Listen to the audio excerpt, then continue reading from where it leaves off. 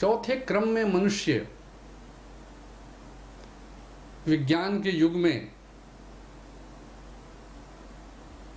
जिसकी शुरुआत, क्योंकि मनुष्य शुरू से परमात्मा को मानते आया है, परमात्मा की मान्यता उसके मन का आधार है। मनुष्य जानता है कि हम इसके बगैर जी नहीं सकते। लेकिन जब विज्ञान के युग की शुरुआत होती है, पता नहीं हम कहाँ से ये पाठ भूल गए कि आज वैज्ञानिक अध्ययन उस विश्वास से मनुष्य को अलग कर दिया, दूर कर दिया। क्योंकि हम दुनिया की खोज में अपनी बुद्धि लगाया, मन को नहीं लगाया, दिमाग लगाया, मन नहीं लगाया। और मेरे विचार में ये यात्रा टूटी होगी 1492 और 1498 में।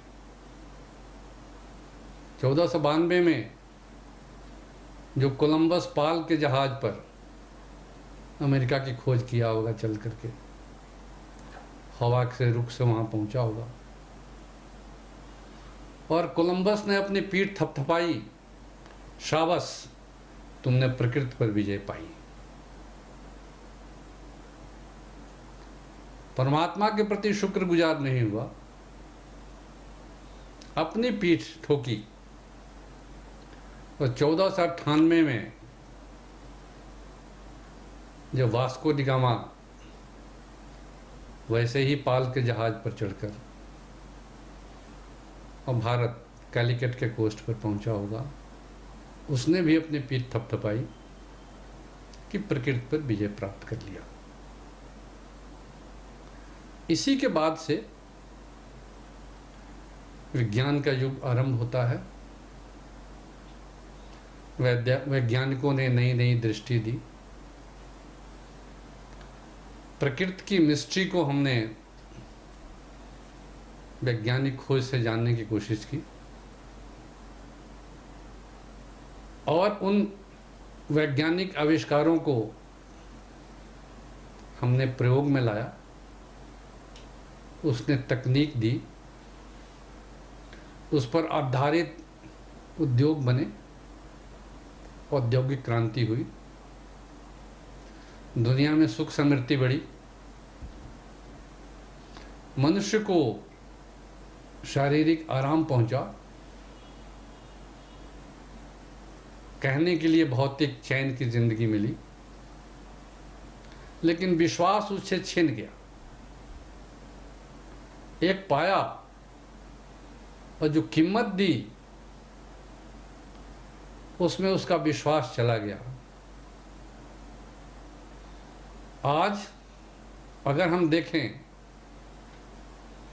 तो संसार की भौतिक खोज करने वाले वैज्ञानिक की दृष्टि और दुख के डर से संसार त्याग करने वाले सन्यासी, दोनों की दृष्टि त्रुटिपूर्ण है, क्योंकि दोनों का नजरिया संसार को देखने का गलत है। इसलिए ऐसे समय में हमको एक चौथे अध्याय की आवश्यकता पड़ी कि हम वैज्ञानिक विधि से समझ सकें कि परमात्मा हैं और उन तक हम पहुंचने का रास्ता पा सकते हैं। इसी क्रम में भगवान श्री श्री आनंद मूर्ति जी ने अध्यात्म विज्ञान को एक नए धरातल पर खड़ा किया, और वो है बायोसाइकोलॉजिकल अप्रोच। हमारे ऋषि पतंजल से लेकर के योग की खोज में यथा ब्रह्मांडे तथा पिंडे की बात कही गई है। ये सत्य भी है, जैसा ब्रह्मांड में है वैसा ही हमारा पिंड में है। पूरा ज्योमेट्री का सिद्धांत एक मान्यता पर आधारित है। मानते हैं कि त्रिभुज है, मान करके चल करके हम कहीं पहुंचते हैं। उसी प्रकार से है हमारा जो जीवन है, हमारा शरीर है, हमारा मन है, हम मानते हैं कि परमात्मा का ही खंड रूप है, इसलिए बाह्य संसार जो दिखता है हमारे सेंसर मोटर ऑर्गन से जो व्यवहार करते हैं, अंदर की दुनिया उससे भी सूक्ष्म है। इसलिए इस बायोसाइकोलॉजिकल अप्रोच से जो हमारे एनर्जी पॉइंट्स हैं, जिनको चक्र कहते हैं, मन के जो कोश हैं, उनके अंदर हम प्रवेश कर अपने मूलाधार से अपने जीव भाव को जगा करके शिवत्व की प्राप्ति का रास्ता हम अपनाते हैं। इस साइंस ऑफ इंट्यूशनल प्रैक्टिस, ये चौथा अध्याय इस अध्यात्म विज्ञान में ये जोड़ा गया। तो जहाँ से हमारी यात्रा शुरू हुई थी, आज भी हम प्रवृत्तिमुखी और निवृत्तमुखी दोनों प्रकार की साधनाएं हमारे सामने हैं। जैसे बैलगाड़ी से लेकर के चलने तक हवाई जहाज है, रॉकेट्स हैं, उसी प्रकार से जो जी स्पीड से चलना चाहता है, मन को संतुष्टि नहीं होती है, तो आदमी उसी प्रकार का रास्ता खोजकर चलेगा। लेकिन अवश्य ही मन को सूक्ष्म गति प्रदान करने के लिए एक वैज्ञानिक विधि की आवश्यकता है। क्यों कि अध्यात्म में दो बिंदु बहुत ही महत्व के हैं। पहला बिंदु है स्टार्टिंग पॉइंट और दूसरा है कल्मिनेटिंग पॉइंट। कहाँ से शुरू करें और कहाँ अंत करें। ये शुरू से हमारी शिक्षा पद्धति में थी। जीवन का एक आदर्श था, शिक्षा का एक आदर्श था। इसलिए पढ़ने जाने वाला आदमी या इनफॉर्मल एजुकेशन पढ़ने वाला नहीं भी पढ़ा है, वो भी जानता था कि हमको इस जिंदगी में क्या करना है। लेकिन आज की आधुनिक शिक्षा से ये दो बात खोने की वजह से आज ये प्रश्न किसी से भी करने पर उसका उत्तर बहुत ही मुश्किल हो जाता है कि आपके जीवन का लक्ष्य क्या है।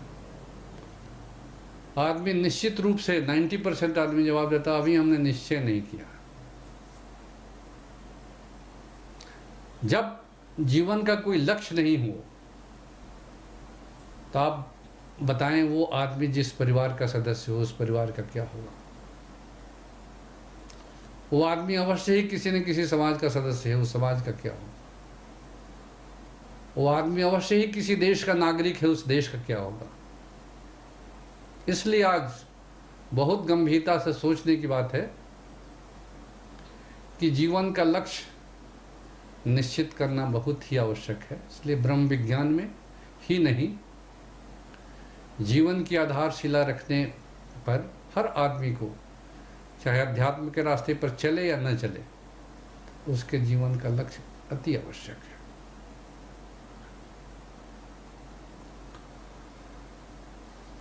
तो इस आध्यात्मिक खोज के क्रम में मनुष्य जब आगे बढ़ा तो मनुष्य का स्वभाव भी उसके साथ है। मनुष्य का स्वभाव क्या है कि आदमी दो चीज खोजता है, उसकी गारंटी चाहता है। एक तो अपनी सुरक्षा और दूसरा सुख की कामना, स्वरक्षा एंड सुख की कामना। सुख की कामना में हम देखते हैं कि इस खोज में जो चीज सुखदायी है उसका अंत अवश्य ही दुख में है। सुख के पीछे दुख, दिन के पीछे रात, ये क्रम जारी है। इसलिए इसका कोई विकल्प नहीं है। लेकिन ऋषियों ने देखा खोज कर कि जो हमारा दुख है इसका कारण क्या है। इस दुख का कारण है हमारा ही स्वसृष्ट संस्कार। संस्कार क्या है? कर्म के विपरीत उसका फल तो बनेगा। फल जो बीज रूप में रह जाता है उसी को संस्कार कहते हैं। जैसे उदाहरण दूं आपको कि कर्म करने की अवस्था में मन ही तो काम करता है। मनो करोति कर्माणि, मन ही काम करता है इंद्रियों की सहायता से। तो जैसे मन देखने का काम करना चाहता है तो मन को अवश्य ही चक्षु इंद्रिय में जाना पड़ेगा। चक्षु इंद्रिय के द्वारा ऑप्टिकल नर्व से चक्षु गोलकों के द्वारा मन बाहर होकर के कोई दृश्य को देखेगा। वो देखने के बाद उस इमेज को लेकर के फिर लौटेगा, ऑप्टिकल नर्व के द्वारा चक्षु इंद्रिय में पहुंचाएगा। वहां से मन फैसला करेगा ये कैसा है, कि दृश्य जो हमने देखा वो अच्छा है या बुरा है। ये जहां पर ये लेकर आया जमा होता है उसी को कहते हैं वासना भंड। यही संस्कार बनाता है आदमी। इस प्रकार से हम हजारों कर्म रोज करते हैं। आंख से देखते हैं, कान से सुनते हैं, नाक से सूंघते हैं, जीवा से स्वाद लेते हैं, त्वचा से स्पर्श सुख लेते हैं और कर्मेंद्रियों से भी दुनिया के साथ व्यवहार करते हैं। तो इस व्यवहार में जो कुछ हमारे मन के अंदर जमा हो जाता है रोज, वह संस्कार है। इसलिए प्राचीन काल से ही ऋषियों ने देखा कि हम देखे बगैर रह नहीं सकते, सुने बगैर जी नहीं सकते, स्वाद के बगैर भी रह नहीं सकते हैं, इंद्रियों से व्यवहार तो करना पड़ेगा। इसलिए इसकी तरकीब ढूंढी गई कि हम ये सब करें। इसी के लिए ऋषि ने कहा ईशावास्यमिदं सर्वम जत किंचित जगत्याम जगत। देख तो रहा हूं संसार बदलने वाला है, परिवर्तनशील है, कुछ भी स्थिर नहीं है। व्यवहार कैसे करूं इससे इसका प्रभाव नहीं पड़े। तो ये कर्म बंधन से छुटकारा पाने के लिए आदमी संघर्ष करते रहा है। लेकिन आज आम आदमी का स्वभाव है कि ये नहीं मानता आदमी कि हम अपने कर्मों का फल भोग रहे हैं। जैसे बहुत से आदमी ऐसे हैं जो शिकायत करते हैं, घर में इतनी तकलीफ ही, इतनी पूजा पाठ से क्या हुआ। ऐसे मौक़ों पर बहुत लोग भगवान को गाली देने वाले भी हैं कि हम तुम्हारी उपासना छोड़ देंगे, हम तुम्हारी पूजा छोड़ देंगे, तुम्हें पूजा करने से क्या फ़ायदा है, हमारे घर में इतनी विपत्ति।